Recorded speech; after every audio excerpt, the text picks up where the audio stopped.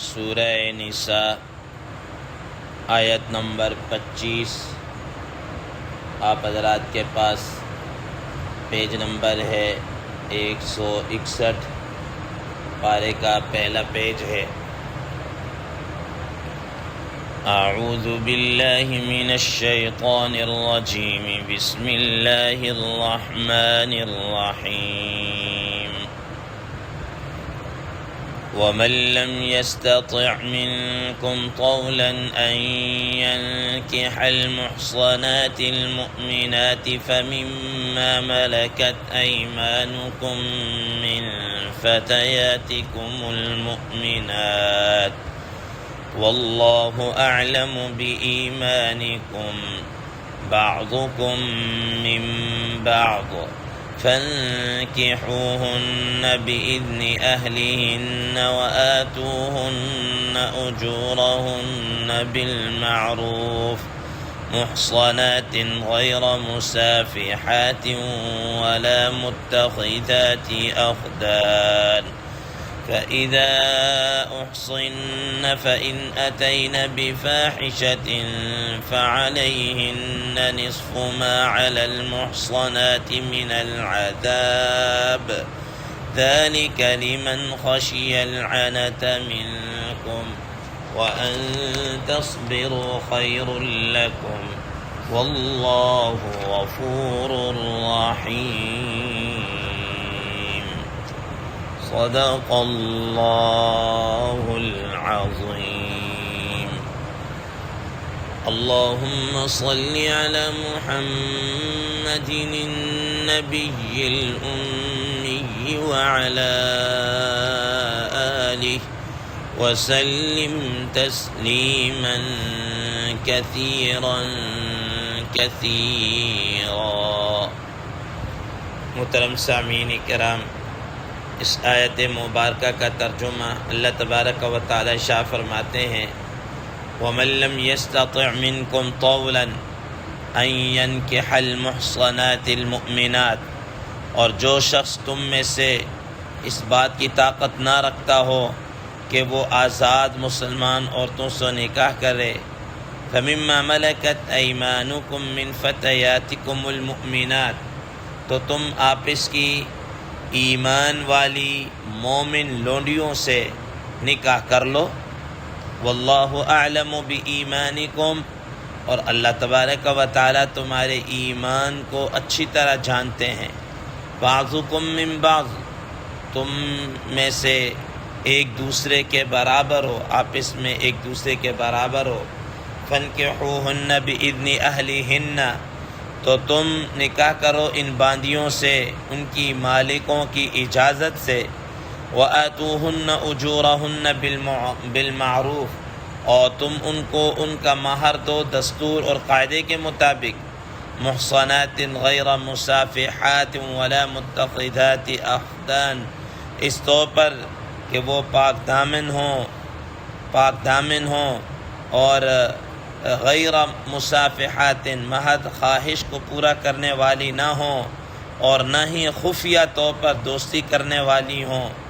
فَإِذَا أُحْصِنَّ فَإِنْ أَتَيْنَ بِفَاحِشَةٍ، پھر اگر وہ منکوحہ، وہ لونڈیاں، ان کا نکاح ہو جائے تو پھر اگر وہ کسی بے حیائی کے کام کا ارتکاب کریں، فَعَلَيْهِنَّ نِصْفُ مَا عَلَى الْمُحْصَنَاتِ مِنَ الْعَذَابِ، تو ان پر آزاد عورتوں کے مقابلے میں آدھی سزا ہے۔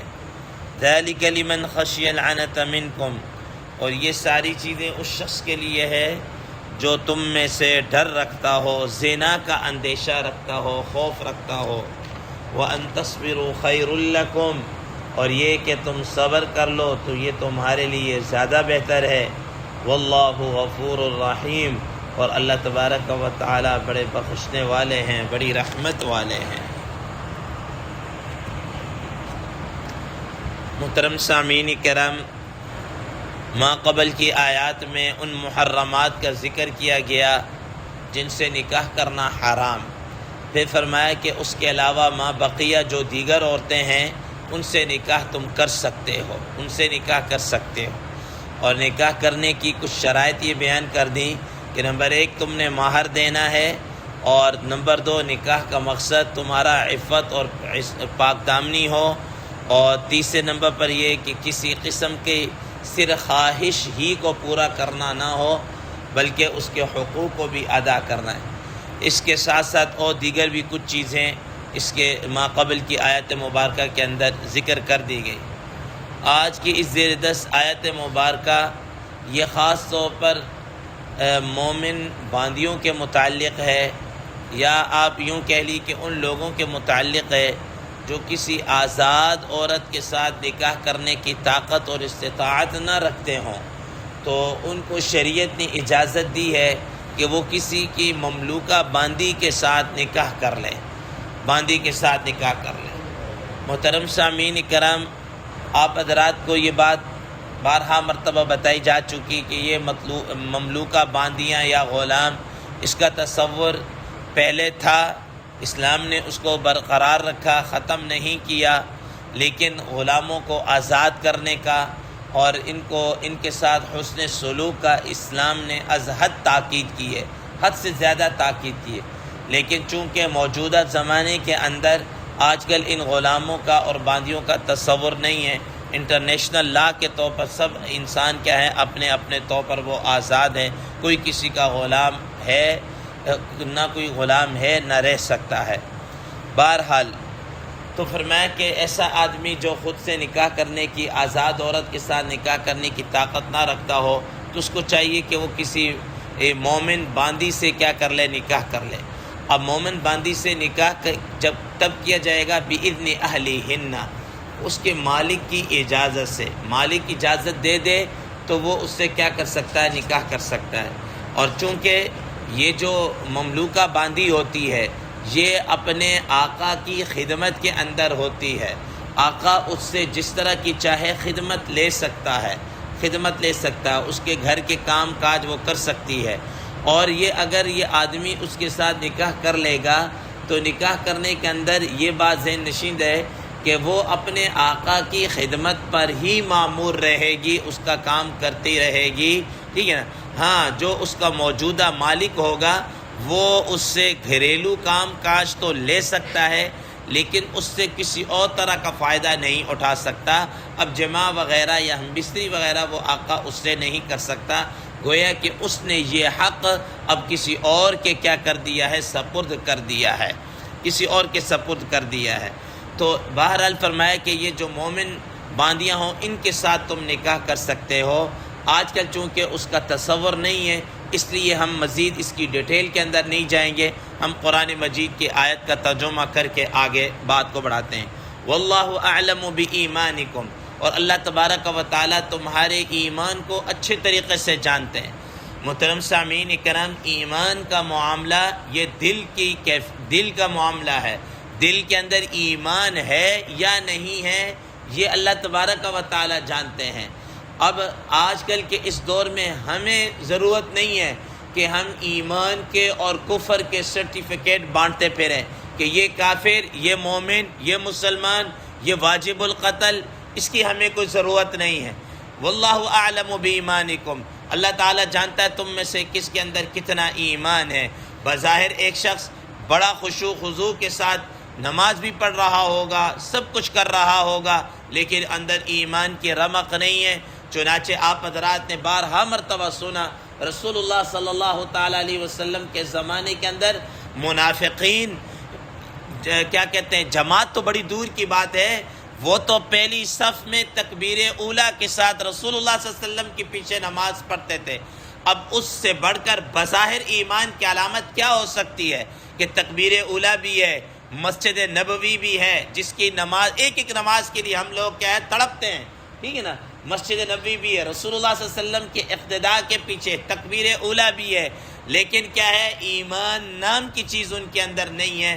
تو فرمایا کہ یہ ایمان، واللہ اعلم بایمانکم، یہ اللہ تبارک و تعالیٰ خوب اچھی طرح جانتے ہیں تمہارے اندر ایمان ہے یا نہیں ہے، لہذا ہمیں کوئی ضرورت نہیں ہے کہ کسی کے اوپر کفر کا یا اس کا فتویٰ لگانا، یہ نہیں ہے۔ اسی وجہ سے حضرت تھانوی صاحب رحمہ اللہ ایک بڑی خوبصورت بات کیا کرتے تھے، وہ فرماتے ہیں کہ ہم کافر بناتے نہیں ہیں، ہم کفر کا یا کافر کا بتاتے ہیں، بناتے نہیں ہیں، بتاتے ہیں کہ یہ چیزیں اسلامیات سے ان کا تعلق ہے، یہ ان پر عمل کرو گے تو یہ ایمان اور مومن ہونے کی اور مسلمان ہونے کی بظاہر نشانیاں ہیں، اور اگر ان کے مخالف چلو گے تو یہ کیا ہے؟ یہ کفر کی علامات ہیں، یہ کفر کی علامات ہیں۔ جی آگے فرمایا کہ بعضکم من بعض، کہ تم میں سے بعض سے، ہر ایک تم میں سے کیا ہے؟ برابر ہے۔ محترم سامعین کرام، اب یہ نہیں ہے کہ اس زمانے میں اگر کوئی آدمی کسی باندی سے نکاح کر لے تو اب یہ کوئی اور کیا مخلوق ہے، اس کے ساتھ کوئی حسن سلوک یا یہ روا نہیں رکھنا، نہیں، فرمایا کہ تم سب کے سب آپس میں ایک ہی جنس ہو، اور تم کیا کہ حضرت آدم علیہ السلام کی اولاد ہو، حضرت آدم علیہ السلام کی اولاد ہو، اور آدم علیہ السلام خلقہ من تراب، وہ مٹی سے پیدا کیے گئے۔ تو اسی وجہ سے حدیث مبارکہ میں آتا ہے، رسول اللہ صلی اللہ علیہ وسلم نے کیا فرمایا؟ تم میں سے کسی کو کسی دوسرے پر کوئی فضیلت نہیں ہے، نہ کسی عربی کو عجمی پر، نہ کسی جناب کالے کو گورے پر، کی کوئی فضیلت نہیں، الا بالتقوی۔ کس پر فضیلت ہے؟ سوائے تقوی کے۔ تم میں سے اللہ کے ہاں معزز وہ ہے، ان اکرمکم عند اللہ اتقاکم، اللہ کے ہاں اگر تمہارے میں سے کسی کا کوئی مقام اور مرتبہ ہے تو تم میں سے جو جتنا متقی پرہیزگار ہوگا اتنا اللہ کے ہاں مرتبہ ہوگا۔ ضروری نہیں ہے کہ جناب اعلیٰ یہ شخص بڑا عالم، فاضل، مفتی اور پتہ نہیں شیخ الحدیث، شیخ التفسیر، پتہ نہیں اس کے مقابلے میں ایک عام ریڑھی لگانے والا آدمی، اس کے تقوی کا اللہ کے ہاں کیا معیار ہو، ٹھیک ہے نا؟ آپ دیکھ لیجئے سیدنا بلال حبشی رضی اللہ تعالی عنہ کی، دیکھ لیجئے کیا ہے، حبشہ کے ہیں، غلام ہیں، لیکن اللہ تعالیٰ کے ہاں ان کا مقام اور مرتبہ کیا ہے کہ رسول اللہ صلی اللہ علیہ وسلم نے نمبر 1 فتح مکہ کے موقع پر ان کو آزان دینے کے لیے کیا کیا؟ منتخب کیا کہ جاؤ بلال آزان دو، کہ جب بڑے بڑے سردار تھے اور ہر ایک ان میں سے خواہش کر رہا تھا کہ یہ حکم مجھے ملے گا، رسول اللہ صلی اللہ علیہ وسلم نے ان کو کیا دیا؟ حکم دیا۔ اور دوسرے نمبر پر رسول اللہ صلی اللہ علیہ وسلم جب معراج سے واپس آئے تو کیا فرمایا کہ اے بلال، کیا تمہارا کون سا ایسا عمل ہے کہ تم چلتے تو دنیا میں ہو اور تمہارے چلنے کی آواز جنت کے اندر کیا ہے؟ آ رہی ہے، ٹھیک ہے نا؟ تو اللہ کے ہاں جو معیار ہے فضیلت کا اور عزت کا وہ کیا ہے؟ جو جتنا متقی پرہیزگار ہوگا اتنا اللہ تعالیٰ کے ہاں معیار ہے۔ فرمایا بعضکم من بعض فانکحوہن باذن اہلہن وآتوہن اجورہن بالمعروف۔ تو محترم سامعین کرام، آزاد عورتوں کا جو مہر وغیرہ اس کے متعلق کل ہم نے 2-3 دن کے اندر بڑی ڈیٹیل کے ساتھ پڑھ لیا ہے۔ یہ جو ہے غلام اور باندیوں کے متعلق، باندیوں کے مہر کے متعلق فرمایا فانکحوہن باذن اہلہن وآتوہن اجورہن بالمعروف۔ نمبر 1 ان کے مالکوں کی اجازت کے ساتھ تم نکاح کرو، اور دوسرا ان کا مہر جو تمہارا آپس میں ڈیسائیڈ ہو چکا ہے، طے ہو چکا ہے، وہ تم نے ان کو دینا ہے، اور وہ جو ان کو پے کریں گے، یاد رکھیے گا یہ ان مملوکہ جو باندی اس کے پاس نہیں جائے گا بلکہ اس کے آقا کے پاس جائے گا، اس کے آقا کے پاس جائے گا، کیونکہ غلام اور باندی اپنی کسی چیز کی بھی مالک نہیں ہوتی، وہ اس کا مالک اس کا آقا ہی ہوتا ہے۔ محصنات غیر مصافحات ولا متخذات اخدان، اس کے اوپر بھی ہم گزشتہ آیت کے اندر گفتگو کر چکے ہیں کہ نکاح کا مقصد عفت اور پاک دامنی ہے، عفت اور پاک دامنی ہے۔ نکاح کا مقصد صرف اپنی خواہش کو پورا کرنا نہیں ہے، اپنی شہوت کو پورا کرنا نہیں ہے، غیر مصافحات ولا متخذات اخدان۔ اور اسی طریقے سے کیا کہتے ہیں کہ یہ جو باندیاں ہوں یا کوئی عورتیں جن سے نکاح، ان کے دیگر کہیں دائیں بائیں خفیہ یارانہ نہ ہو۔ ایسا نہ ہو کہ ایک عورت نے نکاح تو ادھر کیا ہوا ہے لیکن جناب اس کے ہاتھ میں موبائل ہے اور موبائل کی شکل میں پتہ نہیں کتنے آدمیوں کے ساتھ اس کا ریلیشن ہے، ٹھیک ہے نا؟ ریلیشن یہ نہیں ہونا چاہیے، یہ نہیں ہے۔ وہ اپنے خامن کی ہے تو اپنے خامن کی ہو کر ہی کیا ہے رہے، اس کے ہٹ کر اگر کسی کے ساتھ وہ گفتگو کرے گی، یاد رکھیے گا ایک عورت کا غیر محرم کے ساتھ گفتگو کرنا یہ حرام ہے، اس کے ساتھ بات کرنا حرام، اور یہ سب ریلیشن کیا ہے؟ حرام ہے۔ اب وہ اپنی محبت کا محور اس کا خامند ہے، اس کی تمام تر توجہ اور محور اس کا خامند ہونا چاہیے۔ اور اس سے ایک دوسری بات بھی سمجھ میں آ گئی کہ یہاں پر دیکھیں غیر مصافحات ولا متخذات اخدان، پیچھے آپ نے پڑھ لیا کل کے درس میں کہ جس طرح کے بعض رات جو متع کے قائل ہے اور شریعت نے کہا کہ یہ متع کیا ہے، حرام ہے. خود رسول اللہ صلی اللہ علیہ وسلم نے، حضرت علی رضی اللہ تعالیٰ عنہ کے حدیث مبارکہ ہے کہ رسول اللہ صلی اللہ علیہ وسلم نے خیبر کے زمانے میں، خیبر کے موقع پر اس متع کو حرام قرار دے دیا ابد الآباد کے لیے. اور مسلم شریف کی روایت جیسے میں نے کل آپ حضرات کے سامنے بیان کر دی تھی کہ نبی صلی اللہ علیہ وسلم نے فرمایا کہ ایک وقت کے لیے حلال تھا، لیکن آج سے لے کر تا قیامت اب یہ متع کیا ہے، حرام ہے، یہ حرام ہے، حلال نہیں ہو سکتا. اب دیکھیے کہ وہاں پر کیا ہوتا ہے، اگر یہ متع کرنا حلال ہوتا تو یہ جو باندی کے ساتھ نکاح کی اجازت دی جا رہی، کیوں دی جا رہی ہے؟ کہ ایک آدمی آزاد عورت کے اخراجات برداشت نہیں کر پا رہا، اس کی دیگر اس کو نان نفقہ دینا پڑے گا، اس کو رہائش دینی پڑے گی، اس کا دیگر جو اخراجات ہیں، دیگر جو ضروریات ہیں سب پوری کرنی پڑیں گی، جبکہ اس کے مقابلے میں جو باندی ہے اس پر اس کا کوئی خرچہ نہیں ہے. اس کا خرچہ، تمام تر خرچہ اس کے مالک کے ذمہ ہے، اس کی خدمت مالک ہے، رہائش، کھانا پینا سب مالک کے ذمہ ہے. اس کے ذمہ کیا ہے کہ اگر اس کو موقع مل جائے گا تو وہ اس کے ساتھ کیا ہے، اپنی کیا کہتے ہیں، ہم بستری کر سکتا ہے یا اس طرح کے. باقی اس کے ذمہ اس طرح کے اخراجات نہیں جس طرح ایک آزاد عورت کے مقابلے میں. اب اگر یہیں سی بات، اگر متع کی اجازت ہوتی تو شریعت جناب اللہ اس بکھیرے میں بھی آدمی کو نہ ڈالتی، وہ دوسرا جو آسان آپشن تھا اس کی طرف ڈال دیتی کہ ٹھیک ہے تم وقتی طور پر جس سے پیسے دے کر اپنی لذت کو اور اپنی خواہش کو پورا کرنا چاہو تو کر سکتے ہو، جیسا کہ متع کے اندر ہوتا ہے. ٹھیک ہے نا؟ تو فرمایا کہ ایسا نہیں. فَإِذَا أُحْصِنَّ فَإِنْ غَيْرَ مُصَافِحَاتٍ وَلَا مَيٍّ، یہ محض پانی بہانا، شہوت کو پورا کرنا، یہ چیزیں نہیں ہیں. آگے فرمایا فَإِذَا أُحْصِنَّ فَإِنْ أَتَيْنَ بِفَاحِشَةٍ فَعَلَيْهِنَّ نِصْفُ مَا عَلَى الْمُحْصَنَاتِ مِنَ الْعَذَابِ.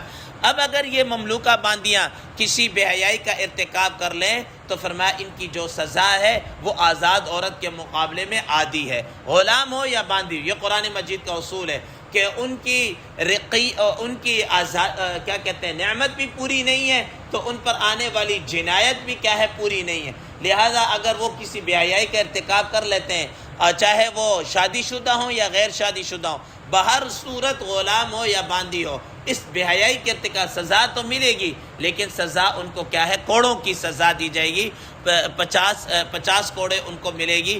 بہرحال یہ سزا دینا بھی یہ اسلامی حکومت کا، امیر المؤمنین جو اسلامی شریع ان کا اختیار ہے. ہم میں سے کسی کو قانون کو اپنے ہاتھ لینے میں اس کی بھی کیا ہے، اجازت نہیں ہے. ذَلِكَ لِمَنْ خَشِيَ الْعَنَةَ مِنْكُمْ، اور یہ سارے مسائل ان کے لیے جو آدمی خوف رکھتا ہو زنا کے اندر مبتلا ہونے کا، آزاد عورت کے ساتھ نکاح نہیں کر سکتا، اس کو پتہ ہے کہ میں اگر نکاح نہیں کروں گا تو میں زنا کے اندر مبتلا ہو جاؤں گا، تو پھر شریعت نے آپشن دیا باندیوں کے ساتھ نکاح کرنے کا. لیکن ساتھ ساتھ فرمایا وَأَن تَصْبِرُوا خَيْرٌ لَكُمْ، اس کے مقابلے میں اگر تم صبر کر لو تو زیادہ بہتر ہے. کیوں صبر کر لو تو زیادہ بہتر ہے؟ کہ اگر باندی کے ساتھ نکاح ہوگا اس کی جو آگے اولاد پیدا ہوگی، یاد رکھیے گا وہ آزاد نہیں ہوگی، وہ آقا کی غلام ہے، وہ غلام ہی رہے گی، جتنی اس کی اولاد ہے وہ غلام ہی رہے گی. اب ایک آدمی آزاد ہو اور اس کی آگے اولاد وہ پھر غلام ہو، یہ انسان کے لیے کیا ایک عار ہے. اور اسی طریقے سے پھر یہ ہے کہ باندیاں جو ہیں ان کے احکامات ہی الگ ہیں. وہ بغیر پردہ کے باہر گھوم پھر سکتے ہیں، بازار جا سکتے ہیں، حتیٰ کہ ان کو دوپٹہ لینے کی بھی کیا ہے، وہ ضرورت نہیں ہے. شریعت نے احکامات ان کے لیے ایسے بیان کیے ہیں. بہرحال اس کی کیا حکمت ہے اس پہ بحث نہیں ہے. تو اس لیے فرمایا کہ ایک عام آدمی وہ اس چیز کا پھر کیا ہے، اچھا نہیں سمجھ سکتا کہ اس کی بیوی بس سر عام پھیرے اور اس طریقے سے. تو اس وجہ سے فرمایا وَأَن تَصْبِرُوا خَيْرٌ لَكُمْ، اگر تم ان چیزوں سے صبر کر لو گے تو تمہارے لیے کیا ہے، زیادہ بہتر ہے. واللہ غفور الرحیم، اور اللہ تعالیٰ کیا ہے، بخشنے والے مہربان ہے. محترم سامعین کرام، چونکہ اس آیت مبارکہ میں چونکہ باندیوں سے متعلق تھا اس لیے ذرا تیزی کے ساتھ اور جلدی مختصر سی کیا ہے گفتگو کر دی گئی ہے. اللہ تبارک و تعالی عمل کی توفیق عطا فرمائے. وآخر دعوانا ان الحمد للہ رب العالمین.